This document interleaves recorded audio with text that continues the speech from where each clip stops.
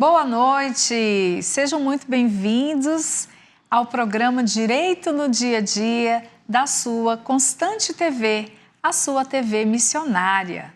Hoje nós teremos aqui a presença de um convidado que veio para participar do primeiro congresso da região norte da teoria do design inteligente. Carlos, que está aqui conosco, seja muito bem-vindo, viu, Carlos?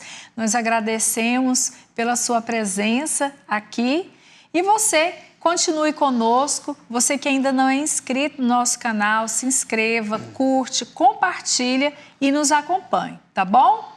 Carlos, você, apesar de ser muito jovem, né, você só tem 24 anos de idade, mas já tem toda uma jornada acadêmica, né? Você que é teólogo, também é bacharel em Direito, você que é professor universitário, não é? E você está à frente de um curso, né, de pós-graduação. Eu queria que você falasse um pouquinho para nós, né, para o nosso ouvinte, quem é o Carlos, que está aqui hoje para ser entrevistado no programa Direito no Dia a Dia? Não, primeiro eu queria antes agradecer o convite, né? Fico muito grato de poder estar aqui com vocês, é uma honra gigantesca, né? Falar um pouco mais a respeito da teoria do design inteligente e também um pouco mais sobre justiça restaurativa, né? Que é um assunto que eu sou extremamente apaixonado. Então, eu sou catarinense, né? Sou de lá e também sou formado em Direito, como você falou. E hoje eu estou à frente, digamos assim, de uma graduação de design inteligente, que é uma teoria que vem impactando a ciência no geral, né? Uma teoria que vem trazendo boa ciência para a academia. Aí o pessoal pergunta, mas como assim o direito? Como uma pessoa do direito falando sobre ciência, né? Eu até brinco, eles criam e eu defendo, né? Quem é do direito é bom com essas coisas de defender, podendo trazer boas argumentações em cima do assunto. E as nossas liberdades, liberdades. Que hoje estão cada vez mais comprometidas. A nossa liberdade de expressar realmente a nossa fé e também aquilo que nós acreditamos, né, como ciência. Sim. E eu vejo que o direito é uma forma de você resguardar isso, né? Um país que não tem direito, que não tem leis, é um país que vive uma anarquia, né? Você não consegue ter garantia de nada. Então, por isso que o direito ele é fundamental no nosso dia a dia, por isso o nome do programa é tão bacana.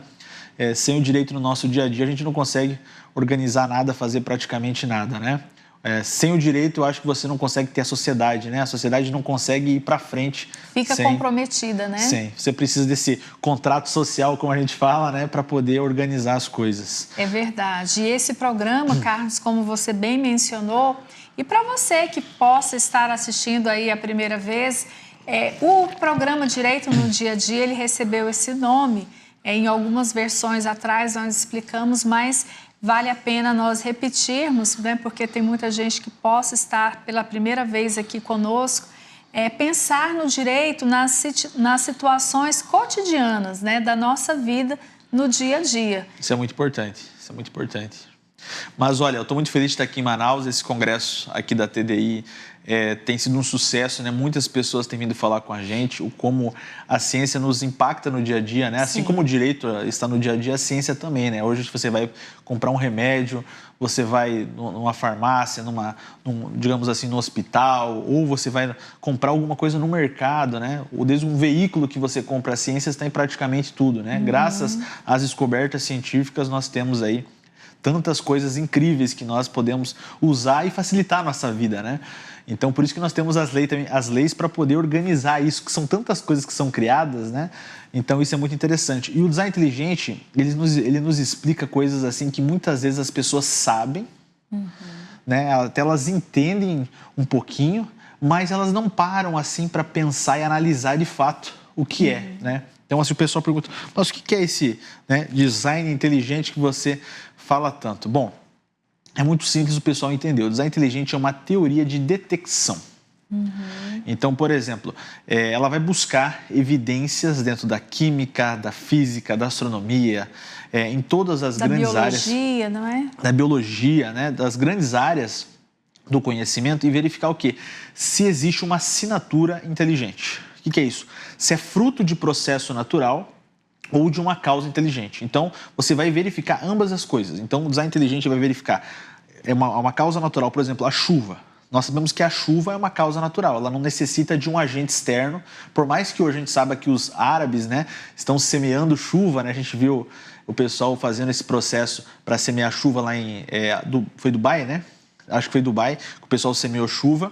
Nós também entendemos que é um processo natural que acontece espontaneamente, não necessita de um agente externo. Sim. Aí o que acontece? Quando a gente vai para o design inteligente, nós vamos verificar isso. Será que as coisas, por exemplo, a gente tem esse copo aqui, será que esse copo aqui ele é fruto de processo natural ou será que ele foi causado de forma inteligente, com um propósito, com intenção de fazer ele? Então eu até brinco, né? Como eu sou do direito, eu faço um trabalho de perícia dentro do design inteligente, né? Você vai ser um perito, você vai avaliar de fato se aquelas coisas fazem sentido ou não. A gente percebe que o design inteligente ele está em várias áreas, né? Por exemplo, no direito, nessa questão, né, forense, de você verificar, né, nas ciências forenses, você tem as perícias, né, que você vai investigar se é ou não é. Na arqueologia, o design inteligente é muito usado porque os arqueólogos estão descobrindo coisas, né? Uhum. Quando você vê um arqueólogo buscando e descobrindo, por exemplo, ele achou uma taça, vamos supor aqui. Ele vai tentar descobrir, né, de qual ano que é essa taça, de quem era essa taça e ela era utilizada no quê? Ah, mas essa taça aqui, ela é alguém fez essa taça. Mas que povo era esse? Tá entendendo? Então, ele vai tentar descobrir através daquele artefato. Sim. E o design inteligente vai fazer a mesma coisa. Ele vai buscar as coisas e vai tentar compreender se aquilo foi projetado ou se aquilo caso fortuitos, né? Uhum. Então, esse que é o grande design inteligente. Então, o que acontece? Eu, dentro do direito, o pessoal pergunta muito assim para mim, bom, mas como é que pode alguém do direito entrar em um assunto de detecção de inteligência?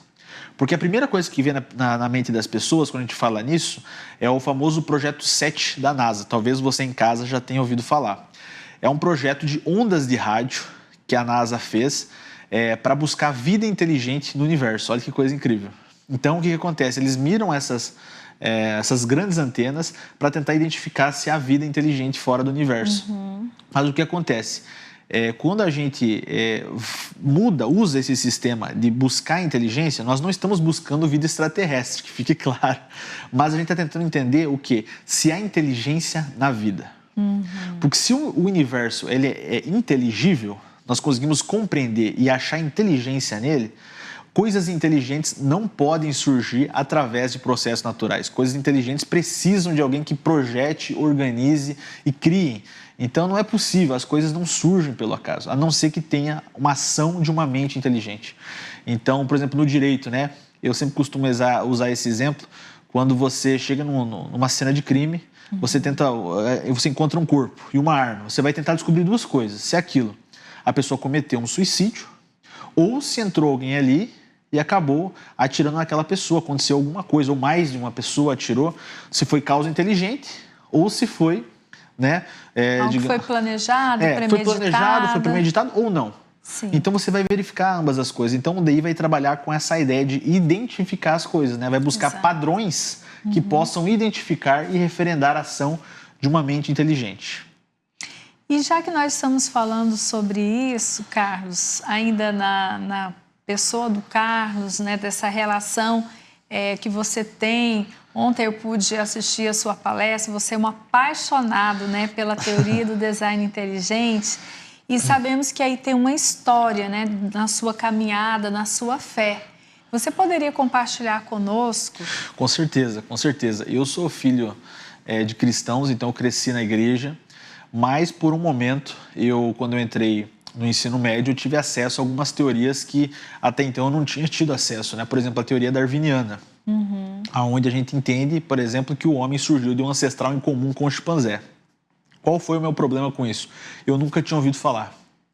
E quando eu cheguei e tive acesso a isso, eu pensei, nossa, eu estava acostumado dentro da igreja, ouvindo que o homem veio de Adão e Eva, né? Que aconteceu um dilúvio, que tem toda aquela história bíblica, né?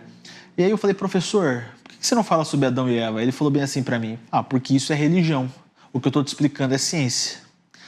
E aí eu fiquei assim, bom, então religião é menos importante. Eu comecei a entender que religião era uma coisa que tinha o seu valor, mas era um valor muito menor. Ela ficava abaixo de todas as outras áreas do conhecimento, pela forma que ele me passou. Então, eu comecei a ficar bem pensativo em relação a isso. Eu fiquei assim, de fato, talvez então, aquilo que eu aprendi com os meus pais, talvez esse livro, né, que é a Bíblia Sagrada para nós, não seja um livro que tenha fundamentos válidos e reais para a minha vida. E eu comecei digamos que o primeiro passo é você começar a desacreditar de algumas coisas, né? Eu comecei a acreditar, não, então Adão e Eva talvez não sejam literais, talvez sejam figuras alegóricas, sejam mitos. Então eu comecei a tirar fora da minha, digamos assim, não estava mais acreditando. Depois eu comecei a tirar fora a Arca de Noé. Quando eu vi, eu estava tirando tudo fora, sabe? Chegou um momento que a palavra de Deus ficou vazia para mim. Porque quando você começa a tirar as coisas, você começa a deixar de acreditar. Se você deixou de acreditar em uma, já é um ponto para você logo depois deixar de acreditar em tudo. Então, aos poucos isso foi acontecendo. Mas antes eu me tornei um evoteísta. O que é o evoteísta? O evoteísta é alguém que acredita que Deus criou matéria e energia, aí abandonou o negócio, deixou acontecendo espontaneamente em bilhões e bilhões de anos, e através de mutações aleatórias, processos evolutivos, então, o ser humano chegou no estado de homo divinis, né? Divinos que eles falam, né? E aí o que acontece? A partir disso, quando o homem teve consciência, então Deus começou a ter uma relação com eles. Então, assim, Deus só foi lá, participou um pouquinho no começo e depois deixou as coisas acontecerem, né? Então, eu falei, não, quer saber? A evolução é um processo que acontece espontaneamente. Um processo que acontece espontaneamente é um processo que não necessita de um agente externo. Então, se você é evolucionista, é impossível que você coloque Deus para guiar a evolução. Porque a evolução é um processo que não necessita de ninguém guiando, né? É que nem você ter um carro que ele anda sem motorista, que agora tem aqueles veículos que são... piloto automático. Piloto automático. Então, não necessita que alguém esteja direcionando. A pessoa vai ali parada, sem fazer nada. Então, é praticamente isso. Então, não necessita de Deus. Então, Deus fica à margem, né, dessa criação Sim. tão complexa. Sim. Né? Parece que Deus, pelo menos a imagem que passa para mim, que eles estão apresentando outro Deus, não o Deus cristão. Porque o nosso Deus, eles estão limitando o nosso Deus. Porque o nosso Deus, a gente sabe o quê? Que ele é um Deus extremamente poderoso. Um Deus que faz as coisas conforme a sua palavra. Um Deus que é onipresente, onisciente, onipotente. Mas esse Deus que eles apresentam é um Deus que não faz nada, não interfere em nada, não mexe em nada e deixa acontecer, né, de qualquer jeito. Através de morte, através de dor e de coisas horríveis, como é o processo evolutivo, onde o mais apto vai, digamos assim... suplantar. Em cima dos outros. Então não existe moralidade, não existe nada, né? Porque nós somos um acidente da natureza. Então eu comecei a pensar nisso, e quando eu entro na universidade, já com a fé balançada, o que acontece? Eu me deparo com a filosofia, né? Filosofia do direito, entro com alguns assuntos bem interessantes sobre Nietzsche, Schopenhauer... E aí minha cabeça começa a ficar muito confusa. Eu já tinha aquela base linkada à evolução biológica, e agora eu peguei e tenho acesso a essas questões filosóficas. O que me faz o quê? Criar um combo de coisa errada para mim pensar. E aí a minha fé, que já não estava lá forte, ela é estraçalhada, né? Mas como qualquer filho de evangélico, você não vai chegar em casa e vai falar, mãe, virei ateu, porque senão ela vai pegar uma vassourada e vai dar na sua cabeça, né? Então eu não falei nada para minha mãe, nem para o meu pai. Estava indo na igreja como aquela dracma perdida, sem vazio por dentro. O que o pastor falava já não tocava no meu coração. Eu ouvia, mas para mim era só fábulas para adultos. Então eu ouvia aquilo e na minha ganância e minha arrogância achando que estava certo. Aí um dia eu recebi um vídeo do professor Marcos Eberlin e depois do professor Adalto Lourenço e comecei já a assistir querendo refutar eles.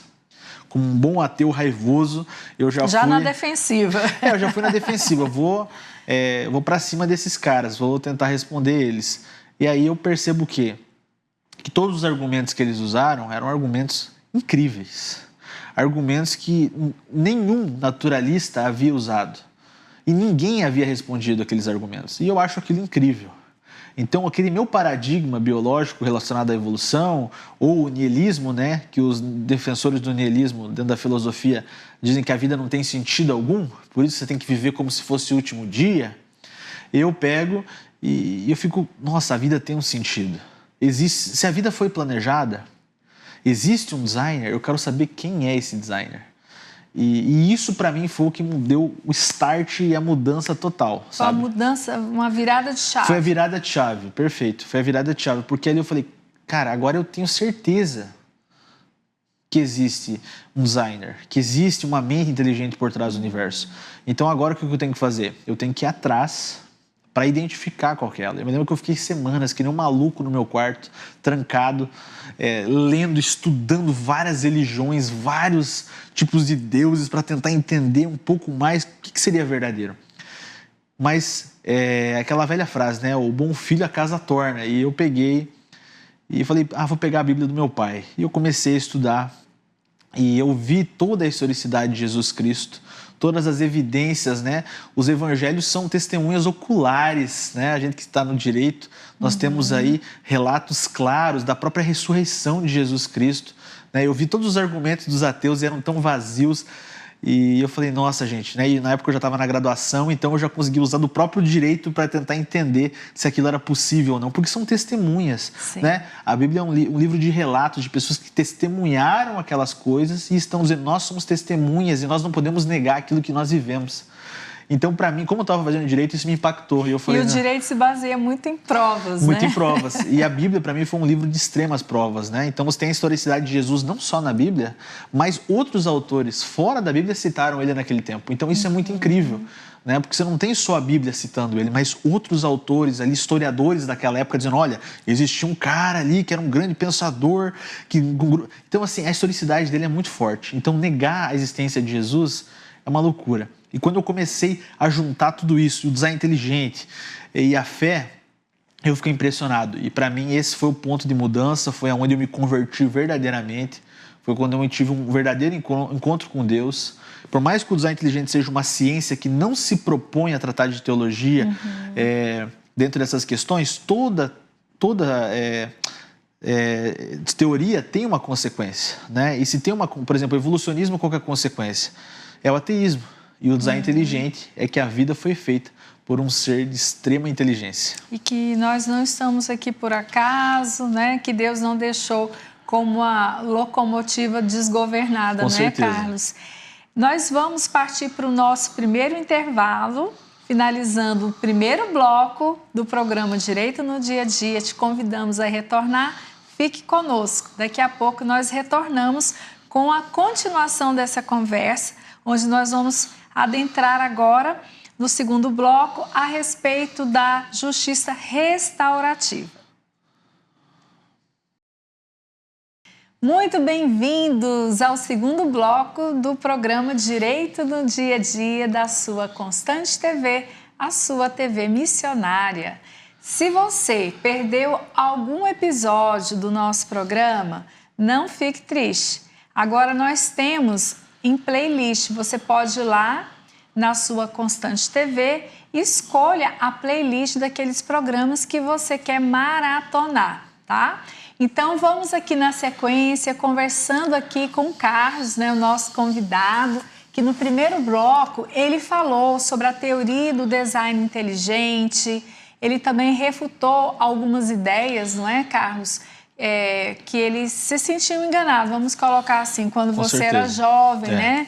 E aquelas ideias evolucionistas que não tem qualquer embasamento diante dessa complexidade que é o mundo, a criação de Deus, né? Que está claro que, como diz, né, a Bíblia, os céus proclamam a glória de Deus, né? E o firmamento anuncia a sua glória. Então, realmente, nós temos essa convicção à luz da palavra, né? Que por trás de toda essa criação há um Deus, a existência de um ser inteligente, o nosso Deus, que é o design, o grande criador de todas as coisas, né? Carlos, então você falou que em algum momento da sua vida, lá na sua juventude, você foi confrontado com essas teorias e que você se perdeu, né, na sua fé e que você, então, através da teoria do design inteligente, você foi ouvir palestras e você voltou, né, para a sua fé. Foi isso que você, Sim. resumindo, né, o primeiro bloco. E hoje você é uma apologeta, né, aquela pessoa que defende a sua fé em Cristo Jesus, né? Você, então, poderia nos explicar por que você escolheu o curso de Direito? Por que você fez Direito? Eu acho que essa pergunta a gente já recebe no primeiro dia de aula, né? O professor já pede por que vocês escolheram fazer Direito, né? Eu, na verdade, é uma história bem legal. Eu me lembro quando eu estava ainda na escola, né? Muita coisa aconteceu no meu tempo de escola. Eu acho que eu era um adolescente, assim, bem interativo com as coisas, né? Gostava muito de estudar, era bem nerd, então eu sempre participava de muitas coisas. Mas foi bem engraçado. Teve uma data, porque eu vim de uma família que não tinha muitas condições de vida, né? E teve uma vez que a minha mãe não conseguiu lavar meus uniformes e eu fui sem uniforme. Eu estudei em escola pública minha vida toda. E aí eu fui sem uniforme, só que na minha escola você não podia ir sem uniforme. Aí você pensa, mas o que isso tem a ver com como é que você escolheu o Direito? Você vai entender. Olha o que aconteceu. Eu fui sem uniforme. Naquela semana, o pessoal levou para nós o ECA, né, que é o Estatuto da Criança e do Adolescente.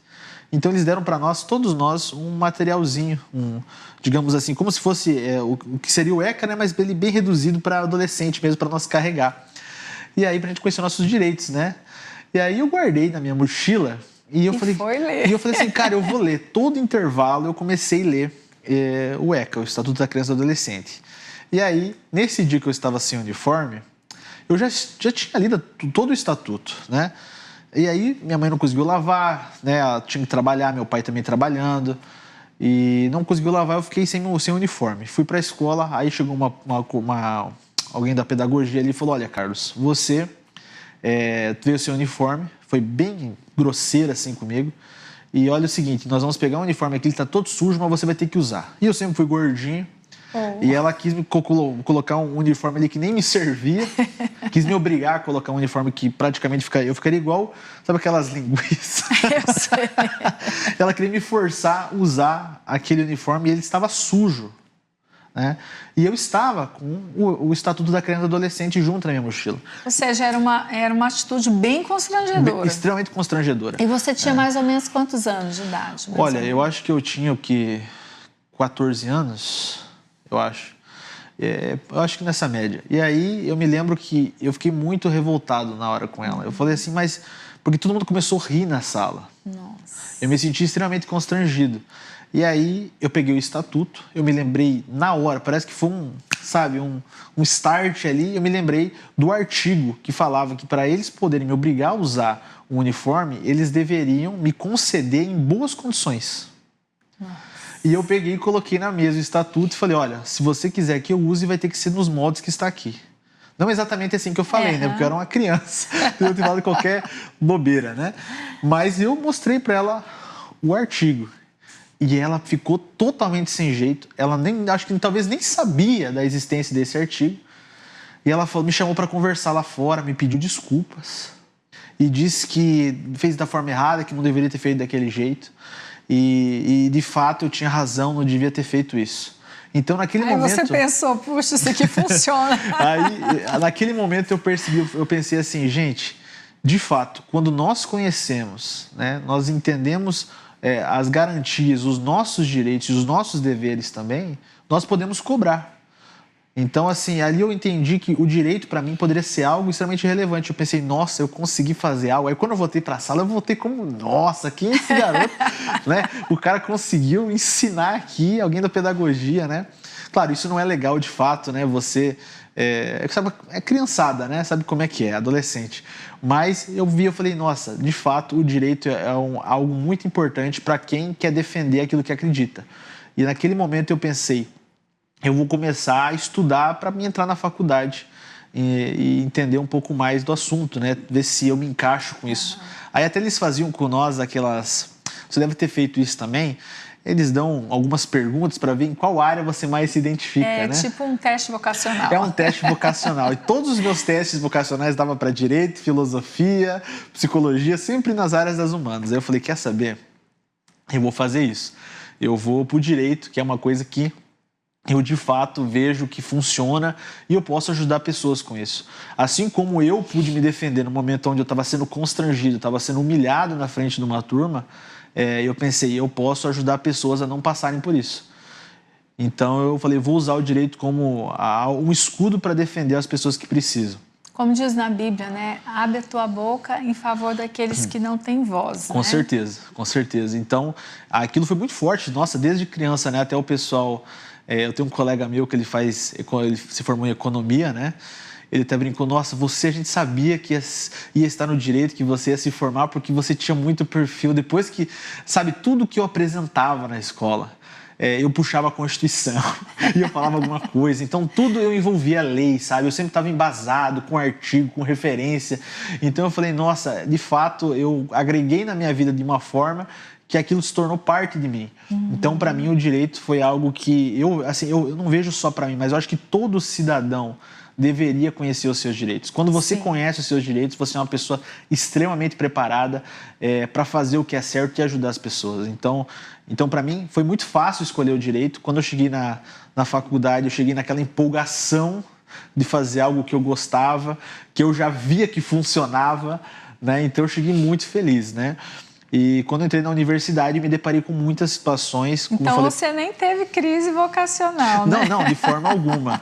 Você já foi ali... Tem gente que tem, né? Tem muita gente, é muito comum, né, Você já percebeu que muita gente entra e desiste depois, desanima, às vezes tranca, né? Porque o pessoal às vezes está se conhecendo. É uma fase de se conhecer. Para o jovem, muitos jovens, é difícil escolher uma carreira que você vai passar... anos assim da sua vida, é uma definição muito forte. Mas eu, como você também, desde menina... Já se identificava. Eu já me identificava. E eu sempre achei que o direito, como você bem colocou, né, aqui, é uma área que você pode fazer a diferença na vida das pessoas. Você tem força para isso, né? Exatamente. A lei é, digamos, talvez o melhor armamento para quem quer usar da boa verdade, né? Você poder defender as pessoas que precisam, as pessoas que são injustiçadas. Eu sempre também tive esse senso de justiça muito aguçado, tal como você está colocando. Então, não foi difícil para mim escolher o direito. Agora, eu fui para o direito, Carlos, não foi a minha primeira, né? A minha primeira formação. E eu sei que você também teve uma outra formação, que é a teologia, né? Eu já fui para o direito já madurinha, né? Eu primeiro fiz educação cristã, no Instituto Batista de Educação Religiosa. Eu pensava na época que eu ia ser missionária solteira na África. Aí Deus mudou o curso da minha história. Depois eu já era professora, fui fazer pedagogia, fui professora por muitos anos da minha vida, e o direito eu já estava madura. Entendi. E eu ficava, tal como você expôs aqui, apaixonada pelo direito, porque eu não tive realmente condições de fazê-lo antes. E então, quando eu fui para a universidade, eu terminei a faculdade em 2010 e com 30 anos, assim. E eu ficava sem saber, sem entender por que algumas colegas pagavam, né, a faculdade e às vezes matava a aula para fazer a unha, para ir para o salão. Então, isso acontece muito. Eu falei, não é possível. Ou ficar no barzinho do lado da universidade. O pessoal... É impressionante. Tinha gente lá que os pais pagavam, né? Às vezes eu via lá o jovem, o pai pagando para ele por mês e ele no barzinho lá fora bebendo ou fazendo farra. Queimando uma oportunidade, Queimando uma oportunidade. E é uma oportunidade que não é só para ele, mas para toda a família dele que ele pode ajudar, as pessoas que... Né, porque a sociedade ganha quando você tem pessoas que lutam pela justiça. Exatamente. Quando você tem um grupo de pessoas que estão literalmente focadas em fazer uma justiça real, uma justiça que pode ajudar as pessoas, a sociedade inteira ganha, o país inteiro ganha, né? E sobre isso... Desculpa, pode continuar. Triste é quando você não tem pessoas que estão literalmente focadas no senso de justiça. Comprometidas, né, com essa... Só por dinheiro. Exatamente. Isso é o pior. E por falar na questão da justiça, vamos falar um pouquinho sobre o direito penal e a ressocialização de apenados. Sim. Né? Os presídios estão aí cumprindo a sua missão de ressocializar os apenados, você acha que isso acontece? Sim. Isso é um tema muito relevante, sabe? Eu acho que isso é muito importante a ser feito e muitas vezes isso não acontece. Mas eu estou te devendo uma resposta sobre a teologia. É verdade. Eu vou te responder Por a teologia. Por favor, resgatada. Como é que a teologia surgiu na sua vida? Eu vou retomar porque eu te respondi a questão da justiça e não falei. Então, o que acontece? A teologia, para mim, também foi um pouquinho mais tarde, depois que eu conheci o design inteligente, né? Como eu falei para você, eu fiquei em pane tentando identificar quem poderia ser o designer. Mas só que só ler a Bíblia é interessante você também ter um acompanhamento, você buscar uma base teológica séria, né? Porque às vezes você vai ler, vamos supor, a pessoa vai ler Apocalipse pela primeira vez. O cara vai ficar, nossa, tu não vai entender o simbolismo que tem no Apocalipse, como é colocado, sabe? Então você vai imaginar muitas coisas que às vezes não faz sentido nenhum. Até a primeira vez que eu li Apocalipse, eu imaginava que um dragão fosse sair. Uma loucura, o que eu entendi ali. Aí quando eu fiz teologia, eu tive acesso, então, a entender toda aquela simbologia do Apocalipse, todas as áreas de escatologia. Aí eu comecei a compreender, eu falei, nossa, agora faz sentido. Então, para mim, a teologia foi a forma que eu encontrei para identificar quem é o designer. Porque o DI, eu consegui entender o quê? Que havia um projeto inteligente, que a vida foi projetada. Mas através da teologia, aí eu identifiquei, não, esse designer é Jesus Cristo. Então, é ele que eu posso crer, é ele que eu posso entregar a minha vida e ter uma vida, né, digamos assim, restituída com ele. Uma vida nova, uma vida em santificação. Então, foi através da teologia. Então, para mim, foi algo que eu me apaixonei muito. Assim, e foi o casamento perfeito, né? Foi. Direito com a teologia. Direito, design inteligente, teologia, foi um negócio assim, doido. Então, mas foi uma sensação maravilhosa fazer teologia. Eu até deixo como sugestão para você que é jovem e tem o interesse de fazer teologia, busque, converse com o seu pastor, procure o grupo teológico da sua igreja. É de extrema relevância você fazer parte da teologia, você ter, digamos assim, como defender a sua fé. O apóstolo Paulo nos ensina que nós temos que estar pronto a dar razão da nossa fé. Então, quando você for chamado, você tem que estar ali pronto e apto para você defender a sua fé. Qual é a razão de você acreditar em Jesus Cristo? Como é que você responde isso? Então, quando você faz teologia, você vai embasado, preparado e com a sua fé muito mais forte. Por quê? Porque você tem ali conhecimento, né? E a palavra de Deus nos fala que o povo de Deus só perde confrontos pela falta de conhecimento. Exatamente. Então, a teologia é algo fundamental e eu coloco como uma das coisas principais para quem, de fato, quer viver uma vida com Jesus, quer ter uma vida conduzida pelo Espírito Santo. É impossível você ser conduzido pelo Espírito Santo se você não conhece nada sobre Cristo. Você não entende nada sobre o evangelho dele. Então a teologia serviu, né? Eu até brinco, você deve conhecer a famosa caverna de Platão. Sim, sim. Né? Então foi um momento que eu saí fora da caverna. Da caverna. Né? Existe vida fora da caverna. Existe vida, né? Eu só via só aquelas imagens que eram mostradas para mim, daquelas ideologias falsas, mentirosas, aquelas teorias que enganam os jovens. E eu só estava vendo só aquelas imagens, né? E quando eu saio fora da caverna, eu consigo, de fato, identificar, né, e ver que existe um grande Deus, né, que está aí, que morreu por nós, pelos nossos pecados, para que nós pudéssemos ser salvos. Então, isso, eu digo assim que foi um conjunto perfeito, né? Para mim, fechou esse combo de informação. Então, você que não fez teologia ainda, faça. Aqui na igreja tem, né, curso teológico. Então, você tem que buscar. Eu acho que isso pode, de fato, fazer você encontrar o sentido para a sua vida, sabe? Às vezes, tem muitas pessoas que estão... Você sabe, fez universidade. Quantos jovens você deve ter visto lá perdidos? Né? Jovens pensando em suicídio, pensando em abandonar tudo, sabe? Então, assim, às vezes as pessoas não têm um sentido, o porquê lutar. Exato. E a teologia me trouxe conhecimento para mim saber pelo aquilo que eu deveria viver, né? E mais do que isso, pelo aquilo que eu, digamos assim, tem uma frase que fala, né? O sentido da tua vida é aquilo que você está disposto a morrer. E então me fez ter essa noção. Eu estou disposto a morrer pelo Evangelho? Então me fez pensar muitas coisas a respeito disso. Então a teologia me fez analisar e ter a mente muito aberta para entender isso. Que maravilha, que história, que relato. Nós vamos deixar essa pergunta sobre a ressocialização dos apenados para o próximo bloco, mas antes eu gostaria que você falasse um pouquinho desse curso, né, de pós-graduação. Quem é que pode fazer o curso de pós-graduação? Fala um pouquinho para nós. Bom, gente, nós temos um curso de pós-graduação em Teoria do Design Inteligente. É um curso reconhecido pelo MEC, tá? É um curso de especialização nível Lato Sensu, para você que quer crescer em conhecimento. É um curso que você vai aprender desde química, física, biologia. Você aprende, assim, praticamente você se torna quase que um polímata de tantas informações que você adquire nesse curso, né?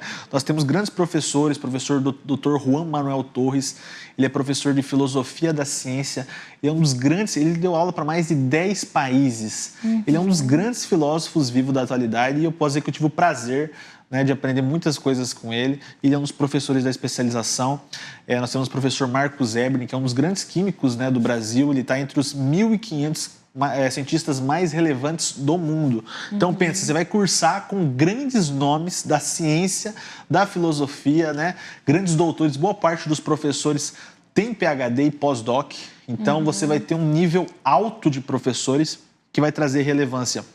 E é muito fácil, basta você entrar em unilifeead.com.br e conhecer os nossos cursos lá, principalmente o curso de especialização em Teoria do Design Inteligente, que é um curso maravilhoso. E o site do TDI Brasil, por favor? É muito fácil, gente. Entrem lá em www.tdibrasil.com.br. Tá? Lá você vai encontrar vários artigos, vai encontrar várias informações a respeito da teoria do design inteligente, quando é que nós temos congressos, para você poder, por exemplo, nesse congresso que está acontecendo aqui em Manaus, né? A gente sempre está anunciando para você poder participar com a gente.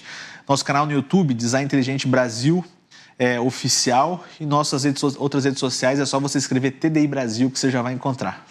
Então, fique ligado, acompanhe, se inscreva lá e nós vamos para um breve intervalo.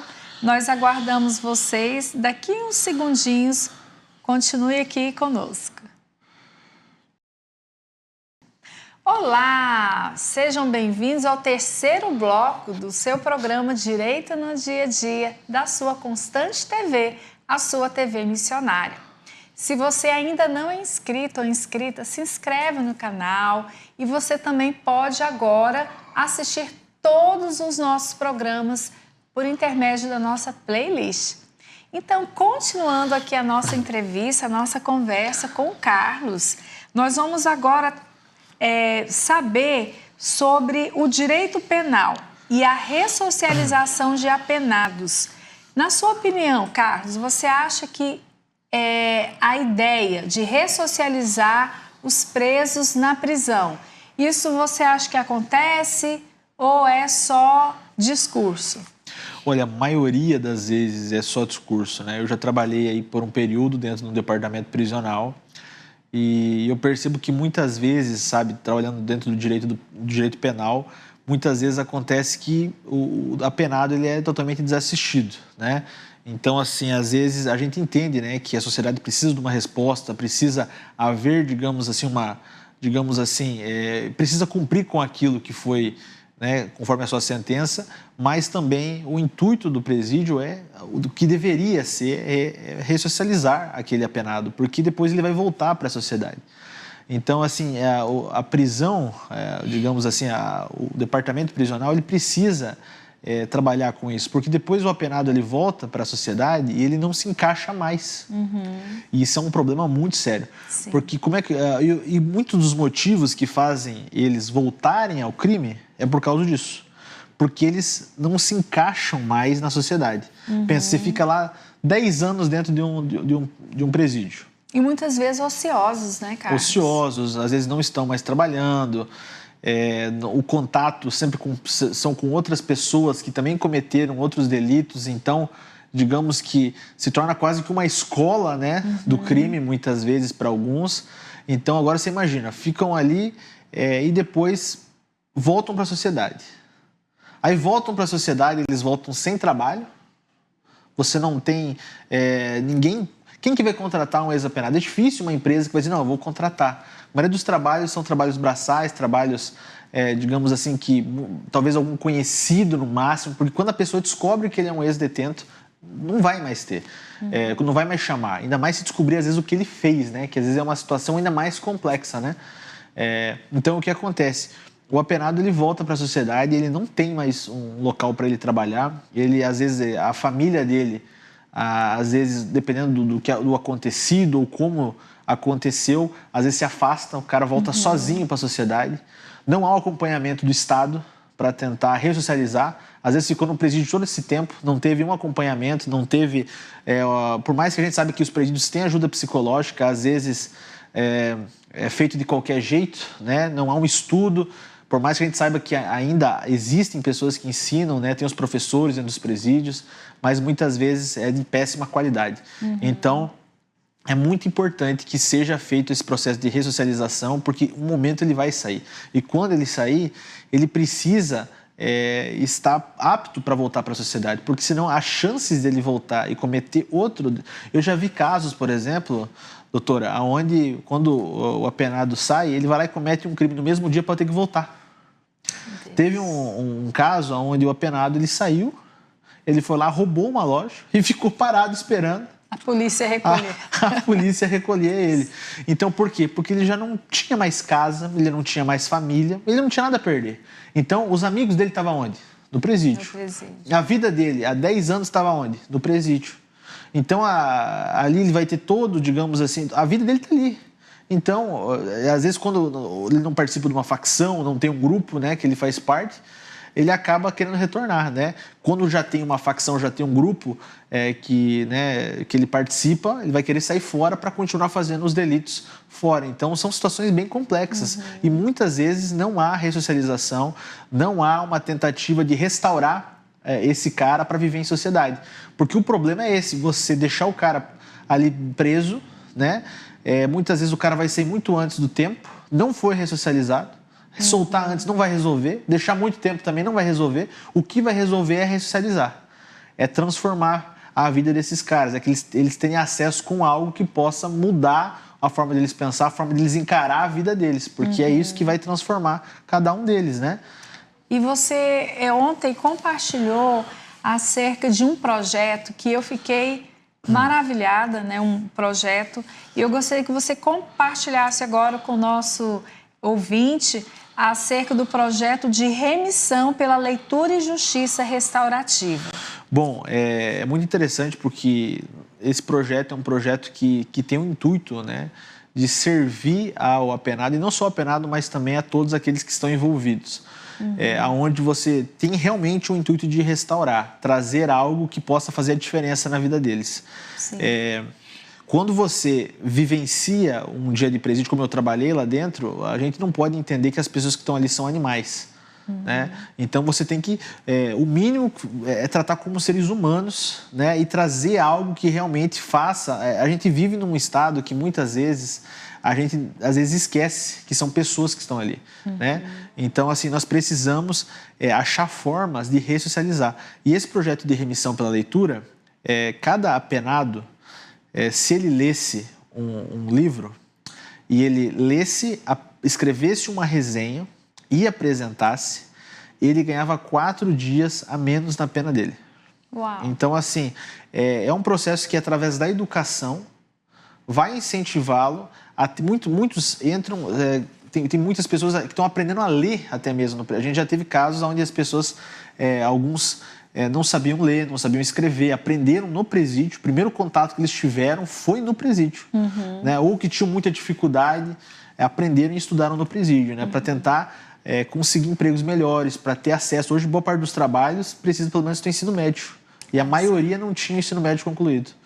Então, é muito, muito importante ver que a educação também serve para isso. Mas eu vejo que a educação ela vai até um ponto. E precisa de algo a mais do que a educação. Porque a educação ela vai te dar oportunidades, mas eu creio que só Cristo pode restaurar uma vida. Então, através desse projeto, foi possível, a gente conversando com a nossa igreja local, nós vimos a possibilidade de ofertar vários livros, né? O que acontece? Os detentos não vão ficar lendo livros gigantescos, né? Livros Sim. de páginas e páginas, por exemplo, a Bíblia Sagrada, até o cara ler toda a Bíblia, e para escrever, ele tem um mês para escrever. Como é que o cara vai escrever em um mês toda a Bíblia? Não tem como. Então, os livros grandes assustam, né? Muitas vezes, quem tem pouco tempo. Então, o que acontece? A gente conseguiu separar os livros, como o livro de Marcos, o livro de Lucas, todos os evangelhos. Fascículos, né? Em fascículos separados. E a gente pegou, fez essa doação, né? Como eu já estava lá, facilitou também bastante, né? A gente sabe que o Estado é laico, mas ele também não é um Estado laicista. Então, as pessoas têm direito a ter acesso a todas as religiões, né? Sim. E o cristianismo faz parte também desse grupo. Então, por que não ter também esse tipo de livro para os apenados, né? Então, é muito interessante porque quando eles tiveram acesso, foi um sucesso absoluto, sabe? Os apenados que começaram a ler, nós vimos, pelo menos os psicólogos que faziam esse trabalho, né, de conversar, de ouvir, de aconselhamento, né? Os resultados foram ótimos, porque eles começaram, olha que interessante, todo o processo de aprendizagem eles estavam fazendo. Eles estavam lendo, então o cara tinha que ler. E ele tinha que fazer o quê? Ele tinha que depois escrever uma resenha. Então ele tinha que escrever. Então aquilo ali fica memorizado. Você está escrevendo, você está lendo, tem que marcar, anotar. Então tudo você tem que estar, né? E depois tem que apresentar para um professor ou para um acadêmico, né? Porque nesse projeto não é só o apenado que ganha, o acadêmico também. Porque o que acontece? O acadêmico muitas vezes ele vai ganhar uma bolsa, né? E para isso ele vai ter que contribuir com a sociedade, né? Então, o que acontece? Ele vai ter que ler o livro e ele vai depois escrever uma resenha para o professor, para valer, digamos assim, ele está ganhando uma bolsa. Então, ele está, digamos, fazendo trabalhos sociais. Sim. Em razão dessa bolsa, né? E aí, depois ele vai até o presídio e tira a leitura desse detento, né? Então, ele vai ter certeza se o apenado leu ou não. Porque ambos tiveram que ler. Então é um trabalho que beneficia tanto o estudante, porque o estudante vai ter que... ele vai ganhar uma bolsa para isso. Qual estudante que não quer ganhar uma bolsa, né? E ao mesmo tempo o apenado vai ganhar 4 dias a menos na pena. Para quem está muito tempo ali preso, 4 dias a menos, nossa, é um negócio incrível, né? Então, assim, o que nós temos que ver? Que a educação e a espiritualidade, nesse quesito, elas são fundamentais.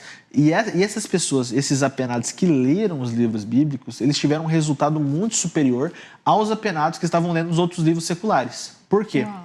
Quem lia os livros seculares, eles tinham aprendizagem geral. Mas aqueles que liam os evangelhos, liam sobre o amor de Cristo, a transformação que era feita através de Cristo, né? Muitos falavam assim, nossa, Cristo manda eu amar até o meu inimigo, Ele manda eu amar os outros como a mim mesmo. Então, é incrível, eles ficavam assim chocados, porque muitos ali cometeram assassinato, coisas assim terríveis. E a Bíblia confronta, né? E a Bíblia confronta, condena o pecado. Então, muitos ali sabiam que estavam errados. Sim. Sabem que estão errados, mas não queriam aceitar as consequências. Então, quando você vê a Bíblia chegando e mostrando, não, você está errado por causa disso, disso e disso, né? Então, vem o arrependimento. Com o Evangelho, as pessoas chegam a arrependimento. E eles puderam ter acesso a isso, através dos livros bíblicos ali. Então, isso foi algo, assim, incrível lá dentro. Porque esses apenados que leram os livros cristãos, boa parte tiveram uma vida transformada dentro de um presídio, sabe? Muitos ali se batizaram depois, se tornaram, né, aceitaram a Cristo, transformaram a vida e se tornaram pessoas muito melhores, né? Estão trabalhando, estão vivendo a vida deles, mudaram totalmente de vida, né? Coisa que às vezes não vendo como algo negativo ou criticando, mas, por exemplo, tu vai ler Dom Casmurro ou vai ler Machado de Assis, por mais que sejam livros, né, autores ótimos e tem ótimos livros, ninguém vai ter uma transformação de vida com livros desses. Né? Você não vai mudar a sua vida, você não vai entender o como a gente faz coisas erradas e precisa ser transformado através disso. Então a Bíblia Sagrada é um livro fundamental que transforma pessoas. Exato. E através desse projeto, todo mundo saiu ganhando. Né? Você vê os acadêmicos ganharam a bolsa, tiveram a oportunidade de aprender mais coisas dentro do direito penal, né? De preferência que sejam acadêmicos que cursam direito. Sim. Os apenados vão redimir a pena e, mais do que isso, estão tendo a vida transformada. Porque a palavra de Deus não volta vazia, Não volta né, Carlos? vazia. É o que a palavra de Deus nos garante. E o próprio presídio, né? Os próprios agentes prisionais, porque qual a diferença de você ter um apenado violento e um apenado que entendeu que errou, falhou e está buscando a redenção em Cristo? Então, rebeliões diminuíram, problemas e discussões diminuíram. Então, assim, levar o evangelho é algo que só beneficia dentro do... E fica aí a dica, né, para as igrejas, né, Carlos? Sim. Que queiram realizar programas tais como esse, de levar uma boa literatura, uma literatura que transforma, né, a palavra de Deus para os presídios, né, tanto de homens quanto de mulheres. Isso fará total diferença. E eu gostaria também de te perguntar, nós já estamos caminhando para o final, que pena, né? Esse papo está tão gostoso. Eu gostaria que você falasse do evangelismo em presídios, né? Como falar de Jesus em um presídio? Como é a recepção dos apenados para o evangelho?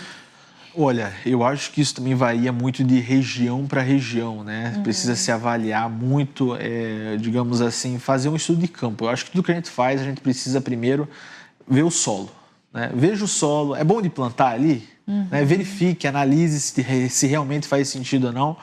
Quando você percebe, você tem aceitação por parte dos agentes prisionais, você percebe que há esse espaço realmente, né?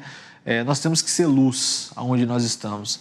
Então, fazer evangelismo num presídio é uma coisa que a gente já trabalhou muito nesse processo, como a gente já estava com os livros lá, abriu portas para que nós pudéssemos fazer evangelismo, podendo falar sobre Cristo lá dentro e, digamos assim, ainda mais reforçar aquilo que nós estávamos fazendo com a remissão pela leitura.